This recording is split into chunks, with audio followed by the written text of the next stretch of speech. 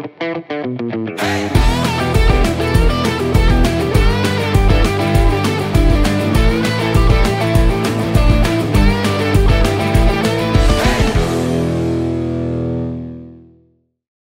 안녕하세요. 니들 엄청 부담스럽다. 목소리 좀 낮춰라. 예, 너무 반갑고요. 예, 이렇게 많은 그 남성 고등학생들 앞에서 이야기를 해보는 것도 처음이기도 하네요. 사실은, 그러니까 서울대도 그렇고 인문대가 문학 전공하거나 아니면 뭐 철학이든 뭐든 인문대 쪽에 여학생들이 너무 많아서 남학생들이 좀 없답니다. 예, 분발하셔서 인문대 쪽도 많이 오시길 바라겠어요. 네, 제가 오늘 드릴 말씀은 내면으로의 길, 데미안이라고 제목을 정해놨는데, 일단은 데미안 읽어보신 분 한번 손들어 보실래요? 오유, 많이 읽으셨어요. 예. 어쩌다가 데미안 읽으셨나요? 유명해서 읽었다고요? 어려웠나요? 쉬웠나요? 읽으실 때? 어려웠습니다. 무슨 얘기인지 잘 모르겠거나 뭐 그런 부분들이 많았어요? 완전 고전이라고 얘기하기에는 사실은 그렇게 오래된 소설은 또 아니어서, 그렇지만 이제는 우리나라에서 가장 많은 사랑을 받는 독일 문학 작품이 사실 헤르만 헤세의 데미안이기 때문에 보통 이제 고전으로 이야기를 많이 할 수 있을 것 같습니다. 그래서 데미안을 예로 들어서 고전을 어떻게 읽어야 될까 뭐 이런 이야기를 위주로 말씀을 드리도록 할게요. 데미안에 대해서 이야기를 하기 전에 사실은 그러니까 문학을 어떻게 읽어야 되나, 뭐 고전이든 아니든 우리가 뭐 요즘에는 아주 가볍게 읽을 수 있는 소설들도 많잖아요. 웹소설이나 뭐 이런 것들도 굉장히 많은데, 그게 아니라 이제는 정통문학이라고 보통 흔히 뭐 제가 싫어하는 표현이긴 하지만 정통문학이라든지 아니면 고급문학이라고 이야기를 할 때 그 문학 작품들은 어떻게 읽어야 할까라고 하는 것에 대한 이야기를 먼저 드리려고 해요. 우리가 사실 문학적이란 말을 잘 쓰지는 않는데, 만약에 누군가가 어떤 이야기를 했을 때 저거 되게 문학적인데? 라고 속으로 생각을 했거나 그런 얘기를 한다면 보통 어떤 경우에 그런 이야기를 하게 될까요? 그냥 예를 들어서 본다면 뭔가 되게 멋있는 말을 했다? 아니면 되게 일상적이지 않다? 뭐 이런 경우에 우리가 아마 문학적이라는 표현을 쓰지 않을까 싶어요. 왜냐하면은 나 오늘 점심 먹었어. 점심에 짜장면 먹었어. 이런 말은 전혀 문학적이라고 들리지 않죠. 그렇죠? 하지만 뭔가 일상적이지 않은 표현을 했을 때 우리는 그것을 이제 문학적이라고 얘기를 하고 있는 경우들이 있는데, 이건 뭐 다들 아시는 거일 거예요. 그렇죠? 진달래꽃이라고 하는 김토월 시인의 시입니다. 자, 잠깐 한번 읽어볼게요. 나보기가 역겨워 가실 때에는 말없이 고이 보내드리오리다. 영변의 약산 진달래꽃 아름 따다 가실 길에 뿌리오리다. 가시는 걸음걸음 놓인 그 꽃을 사뿐히 지려밟고 가시옵소서. 나보기가 역겨워 가실 때에는 죽어도 아니 눈물 흘리우리다. 다들 아시는 시죠? 네. 읽으면 어떤 느낌이 드나요? 일단 첫 번째, 슬퍼요. 네. 또 애절하다. 네. 일단은 제일 처음에 1차적으로 우리가 느끼는 건 뭐냐면 이 시를 소리내서 읽어보잖아요.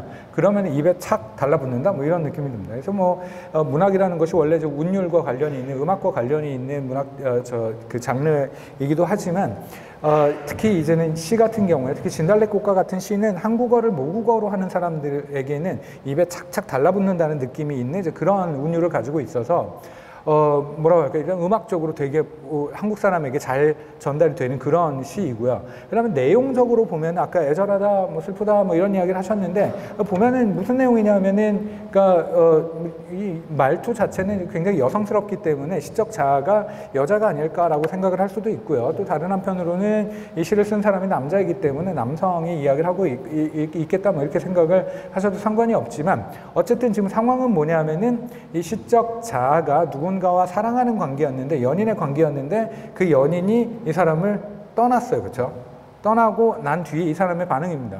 근데 이게 좀 웃긴 게 뭐냐면, 첫년을 보시면 나보기가 역겨워 가실 때에는 말없이 고이 보내드리오리다 이렇게 썼거든요. 물론 역겹다는 말이 이 시대에는 뭔가 조금은 다른 걸 의미할 수도 있겠지만, 지금 우리가 읽는다면 뭔가 좀 이상해요. 사랑하는 사이였다가 헤어지게 됐어요. 헤어지게 됐는데 만약에 이별을 여러분들이 고해야 된다고 생각을 해보시죠. 어떻게 얘기하시겠어요?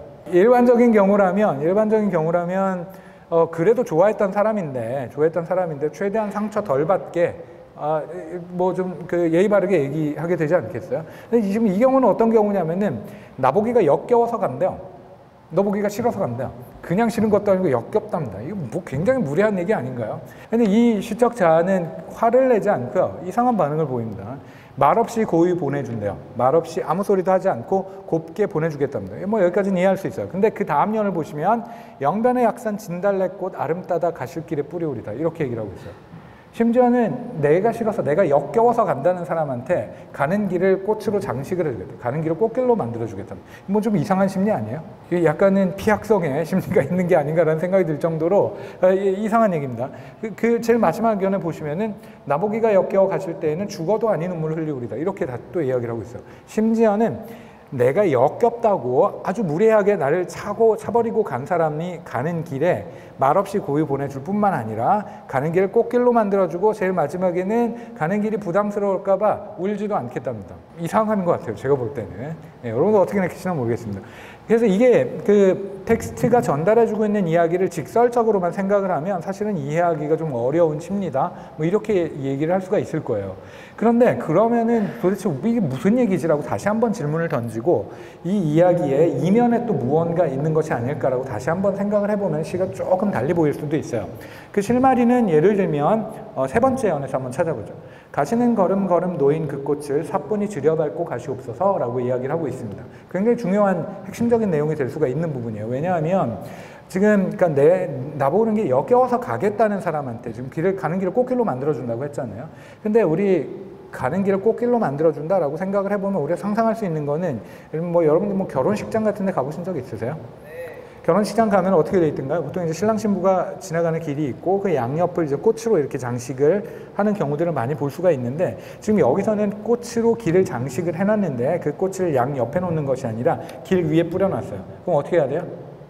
가는 사람 밟고 갈 수밖에 없어요. 그리고 그 얘기를 마지막에 그 3년에서 이제 확인을 해줍니다. 가시는 걸음걸음 놓인 그 꽃을 사뿐히 들여밟고 가셨어요. 그러면 여기서 한번 생각을 해보는 거죠. 혹시 그 꽃이라고 하는 것이 이 시적인 자아의 이 상대방을 사랑하는 마음이 아닐까라고 생각을 해보는 거죠. 아무 말도 안 하고 난 너를 곱게 보내줄 건데 네가 가는 길에 내가 너를 사랑하는 마음을 깔아놓겠다.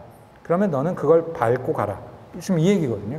텍스트에서 직설적으로 전달하고 있는 이야기와는 조금은 다른 뉘앙스를 가진 얘기가 되어버려요. 뭐냐 하면은 갈 때는 가는데 너 가는 거 아무 말 하지 않을 텐데 그런데 네가 무슨 짓을 하고 있는지는 알고 가라. 너는 지금 내 마음을 내가 너를 사랑하는 마음을 잘근잘근 밟으면서 가고 있는 것이다. 그것은 알고 가라. 뭐 이런 이야기로 들릴 수도 있겠습니다. 그렇죠? 물론 이제 이 해석이 맞느냐 아니냐는 이제 또 다른 이야기이지만 어쨌든 우리는 그러니까 시적인 텍스트의 그 텍스트가 전달해주는 직설적인 의미 이면에 있는 무언가를 찾아낼 수가 있고 문학 작품인 경우에는 그리고 그 안에서 오히려 그 텍스트가 전달하고자 하는 진짜 의미를 찾아낼 수도 있겠다. 뭐 이것이 이제 우리가 처음 시작하면서 하는 이야기가 되겠습니다. 자, 그러면 고전은 어떻게 읽어야 하는 것일까? 이거는 사실은 고전뿐만 아니라 이제 문학 작품의 경우에도 이제 마찬가지죠. 모든 문학 작품이 다 마찬가지입니다. 뭐냐면은 모든 문학 작품은 텍스트가 전달해주는 직설적인 내용 말고 무언가가 더 숨어 있다. 그것을 찾아내는 것이 사실은 문학작품을 제대로 읽는 것이고 그것을 우리는 해석이라고 부른다. 이렇게 생각을 할 수가 있겠습니다. 그러면은 뭐 이게 너무나 당연한 거 아니냐 뭐 이렇게 얘기를 하실 수가 있을 텐데 이 수업을 하다 보면은 사실은 많은 학생들이 문학작품을 읽는 방법을 잘 모른다라는 생각을 할 때가 있습니다. 그 얘기는 뭐냐 하면은 지금 말씀드렸던 것처럼 텍스트를 해석해야 된다라고 하는 사실을 생각하지 못하고 이제 그냥 줄거리만 파악하고서 문학작품을 읽었다고 생각하는 경우가 많다는 거죠. 이게 뭐 문제가 되지 않는 경우들이 대부분이에요. 사실은 그러니까 우리는 그러니까 해석에 별로 익숙하지 않은 세대들이에요. 왜냐하면 예전에 문학작품이 쓰였을 때는요. 이게 해석이라고 하는 작업이 굉장히 중요한 작업이었어요. 모든 문학작품은 줄거리 속에 뭔가 다른 이야기들이 하나도 아니고 여러 개가 많이 섞여 있는 경우들이 많았습니다.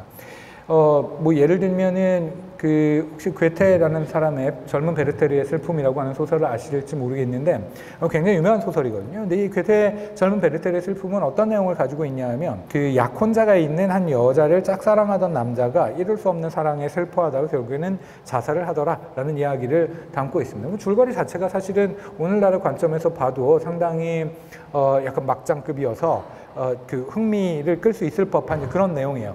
그런데 이 소설이 뭐 재미있습니다. 그래서 줄거리만 읽어도 재미있어요. 근데 뭐 소설이 긴 분량은 아니어서 대략 한 뭐 서너 시간이면은 충분히 읽을 수 있는 그런 분량이 될 거예요. 괴테가 이 소설을 썼던 당시에는 책값이 이렇게 싸지 않았을 거거든요. 뭐 예를 들어서 뭐 한 30만 원 정도 했다고 쳐보죠.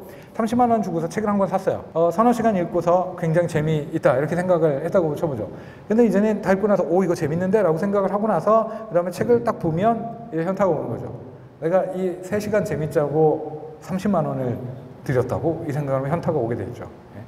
그래서 이때의 소설은 그렇게 쉽게 읽히는 것으로 쓰여지지 않았습니다. 처음에 읽었을 때 우리가 줄거리를 읽는다 치면 두 번째 읽었을 때는 그 뒤에 숨어있는 뭐 종교에 대한 성찰을 읽을 수가 있고 그 다음 또 다시 읽었을 때는 그 소설 속에 숨어있는 뭐 정치적인 이야기 다시 읽었을 때 뭐 철학적인 이야기 다시 읽어보면은 최종적으로 무슨 이 소설이 예술과 관련된 이야기인가 뭐 이런 생각을 할 수 있도록 만들어준다는 거죠. 그래서 이 옛날 소설들은 고전 소설들은 줄거리 뒤에 굉장히 많은 게 숨어있어요. 그래서 그것들을 찾아내야 우리는 고전을 제대로 읽었다라고 이야기를 할 수가 있고 그 다음에 사실은 고전을 읽는 재미라고 하는 것은 줄거리보다는 그 속에 숨어있는 이야기들을 찾아내고 그것을 즐기는 데서 올 수밖에 없는 거다 이렇게 얘기를 할 수가 있겠습니다. 자, 그런데 문제는 뭐냐 하면은 이렇게 고전을 그러니까 혹은 문학작품을 즐기기 위해서는 그 작품을 해석할 수가 있어야 되는데 이 해석이 항상 모든 사람들에게 다 가능하지는 않다는 게 문제예요. 이게 그 옛날에 쓰인 그것도 우리나라가 아니라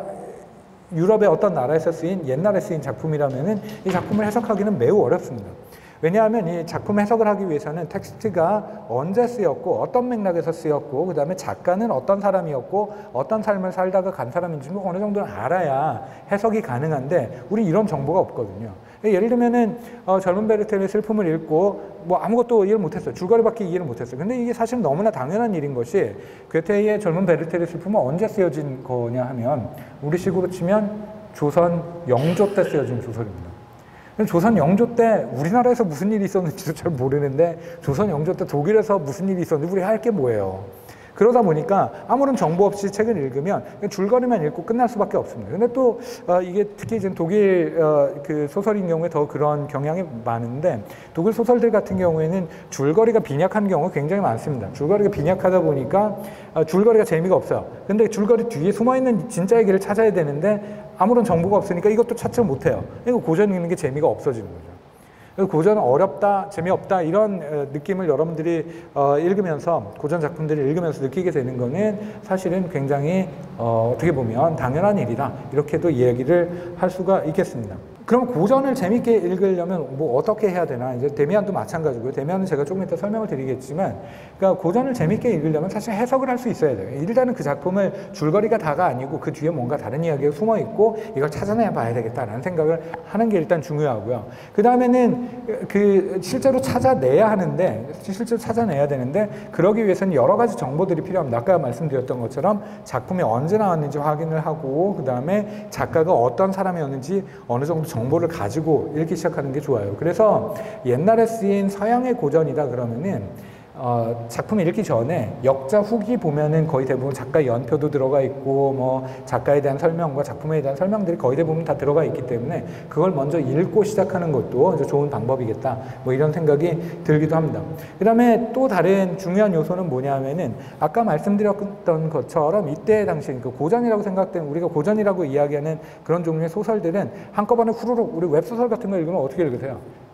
핸드폰에 놓고 주룩주룩 넘기잖아요. 문장도 굉장히 짧고 그렇게 읽으라고 쓴 소설들이기도 하고요. 근데 이때 당시의 소설은 그렇게 쓰이질 않았어요. 그렇게 빨리 읽으라고 쓴 소설이 아닙니다. 아주 천천히 읽어야 해요. 천천히 읽어야 하고 단어 선택 하나, 문장 한 문장 한 문장이 전부 다 특별한 의미를 가지고 있는 경우들이 대부분이기 때문에 천천히 읽어야 합니다. 밀도 높은 글이라는 사실을 이해하시고 천천히 읽어야 합니다.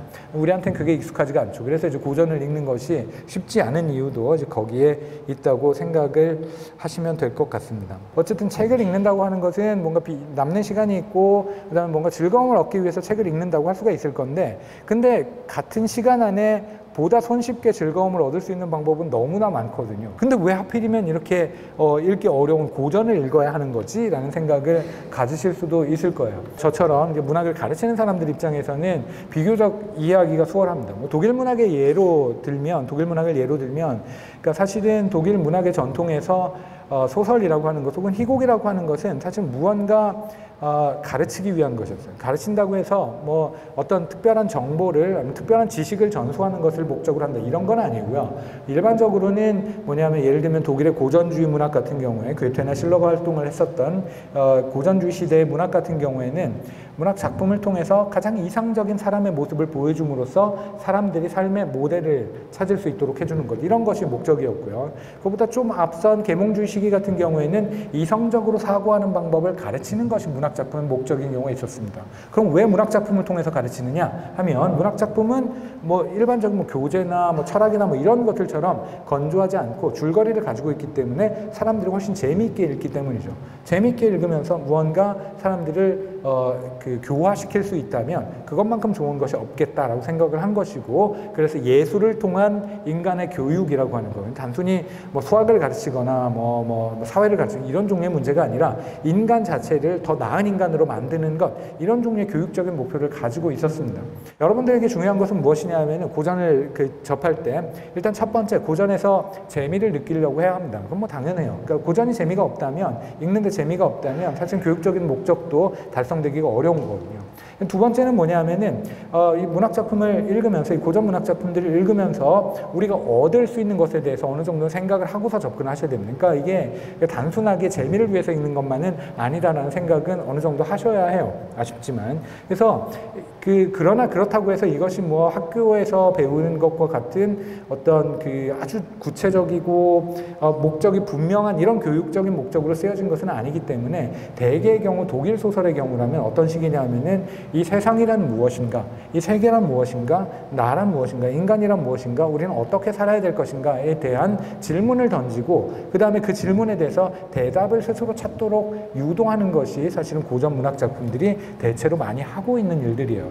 여러분들이 만약에 어느 날 갑자기 도대체 나는 왜 살고 있는 거지? 나의 삶의 목적은 무엇이지? 도대체 이 세계는 왜 존재하는 것이? 이런 종류의 질문들을 가지신다면 철학책을 보셔도 좋겠고요. 아니면은 종교적인 답을 찾으셔도 좋겠고 하지만 문학 작품을 통해서 그에 대한 성찰들을 공유해보고 다른 사람들은 어떤 식으로 이 문제들을 해결을 하려고 노력을 했는지를 찾아보는 것도 흥미진진한 일이 될 수가 있겠다라는 생각입니다. 그런 것도 있어요. 그러니까 또 다른 한편으로는 그러니까 이 고전 문학이라고 하는 것의 즐거움을 찾는 또 다른 방법은 뭐 이런 거예요. 음악도 그렇고 문학에서도 그렇고 팝이라는 말이 퍼퓰러라는 말이 붙게 되면 사실 굉장히 대중적이다라는 이야기고 누가 들어도 좋게 느낄 수 있는 그런 종류의 음악입니다. 재즈 음악이라든지 아니면 클래식 음악이라든지 이런 거 뭐 여러분들은 잘 안 들으시겠지만 사실 그쪽에 또 팬층이 굉장히 두껍거든요. 재즈만 듣는 분들도 계시고 클래식 음악 많이 듣는 분들도 계시고 우리가 들으면 잘 모르는 사람이 들으면 아니 저거 도대체 왜 듣는 거야?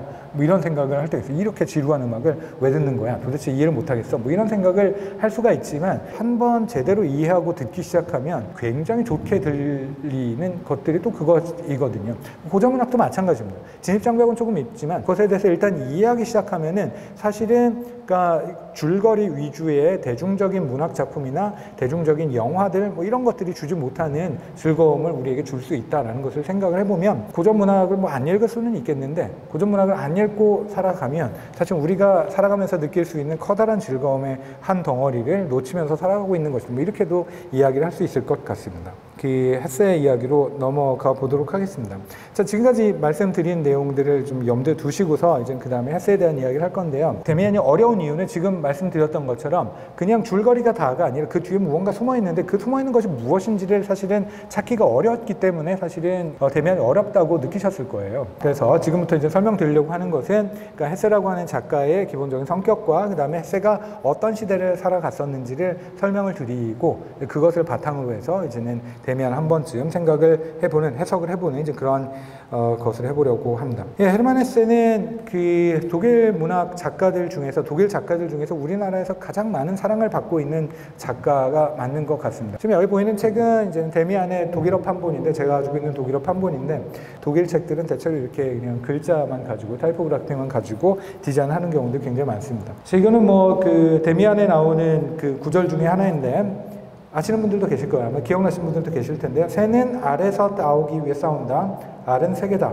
태어나고자 하는 자는 하나의 세계를 파괴해야 한다라는 구절입니다. 이것도 역시 좀 문학적인 표현이다 보니 엄청 돌려서 얘기를 해놨어요. 그러다 보니 이것도 이 짧은 구절조차도 해석을 해야만 그것의 의미가 무엇인지 이해를 할 수가 있답니다. 무슨 얘기냐면 여러분들 같은 사람들 얘기하는 거예요. 이제 막 성장해 나가는 사람인데 지금 나는 아주 작은 사람이에요. 가족과 학교와 아주 작은 울타리 안에서 살아가는 작은 사람일 뿐이에요. 근데 우리는 무언가 되고자 해요. 내 꿈을 실현하고자 하고 더 큰 사람이 되고자 해요. 근데 그러기에는 나의 세계가 너무 작아요.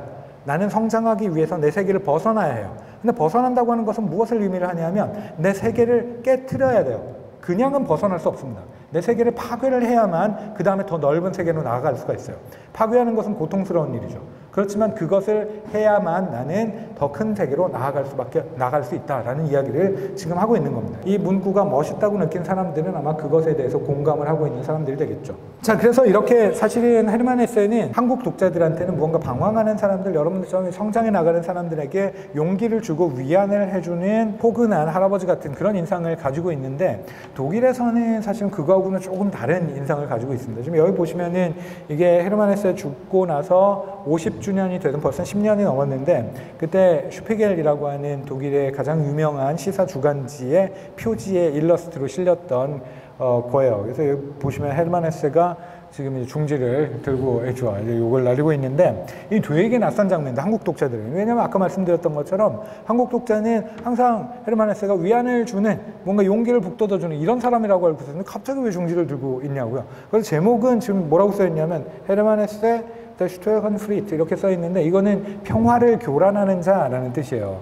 1945년에 2차 세계대전이 끝났으니까 독일이 패망했으니까 그 나라 사람들의 자존심이 다 뭉개져 있었을 텐데, 그 바로 다음 해에 헤르만 헤세가 그러니까 독일에서 노벨 문학상 수상자를 배출했단 말이에요. 독일 사람들이 굉장히 기뻐했을 것 같죠.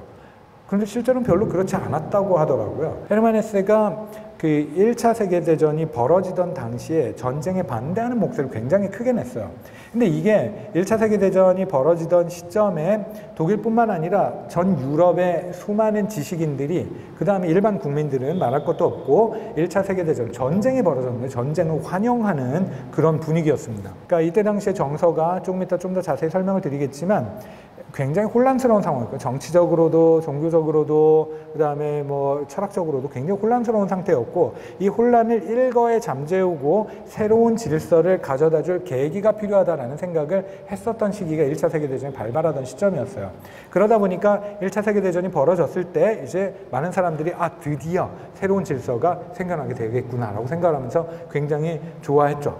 근데 이제는 그때 당시에 사람들이 생각을 못했었던 것이 있는데, 그 사이에 사실은 산업혁명이 벌어지게 됩니다. 산업혁명이 벌어지게 되면서 굉장히 많은 발명품과 발견들이 이루어지게 되는데, 그 과정에서 대량 학살을 위한 새로운 무기들이 만들어졌다는 사실을 간과하고 있었죠. 처음으로, 인류 역사상 처음으로 비행기에서 폭탄을 떨어뜨리기 시작합니다. 생화학 무기가 사용되기 시작하고요. 기관총이 사용되기 시작하고요. 전차가, 그러니까 탱크가 처음으로 등장을 하고 잠수함이 등장을 하기 시작합니다. 이 모든 일들이 다 1차 세계대전 때 벌어진 일이고, 이렇게 새롭게 발달한 무기들 때문에 그 전에는 볼 수 없었던 대량 학살이 벌어집니다. 1차 세계대전 끝나고 나서 독일에서만 300만 명의 사상자가 나왔다고 해요. 그 이전엔 상상할 수도 없을 만큼 커다란 사상자를 낸 전쟁이었고요. 그런 전쟁이 한참 진행되고 나서는 많은 사람들이 반전의 목소리를 냈지만, 전쟁 초기부터 반전 목소리를 낸 사람은 사실은 헤세를 비롯한 몇몇들밖에 없었고요.